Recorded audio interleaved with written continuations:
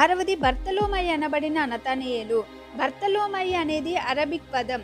నజరేతుకి 5 మైళ్ళ దూరంలో ఉన్న గలిలయలోని కానాను ప్రాంతంలో తులమై కుమారుడని పిలువబడేవాడు. బర్తలోమై అని పిలువబడే నతనయేలు ధర్మశాస్త్రం బాగా చదివాడు. యోహాను 1:49లో మనం చూడవచ్చు. నతనయేలు Ethiopia, Armenia, India, Mesopotamia, Takia ప్రాంతాల్లో సువార్త ప్రకటించాడు. ఉత్తర ఇండియా పడమరలోని మహారాష్ట్రలో కళ్యాణ్ అనే ప్రాంతంలో సంఘం కట్టి, తర్వాత ఆఫ్రికా ఉత్తర భాగంలో సేవ చేయడానికి వెళ్ళి స్నేహితుడైన పిలుపుతో కలిసి నేరాపోలిలో సేవ చేసి క్రీస్తు శకం 60లో అర్మేనియా, సోవియట్ రష్యా దేశంలో తన సేవను ప్రారంభించాడు. అప్పటికే అక్కడ తద్దయి సంఘాన్ని ఏర్పాటు చేశాడు. అక్కడ రాజు పూజించే విగ్రహాల్లోని దయ్యాలను వెళ్ళగొట్టి రాజు మరియు కొందరు బాప్తిసం పొందడానికి కారణమయ్యాడు.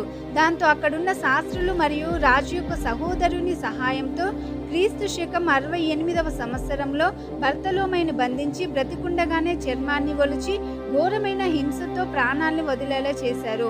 నతానియేలు యొక్క సమాధి అర్మేనియాలో ఉంది. ప్రస్తుతం అతని ఎముకలు టైప్రస్ నది ఒడ్డున ఉన్న సెయింట్ బర్తలోమై ఆలయం నందు ఉన్నాయి.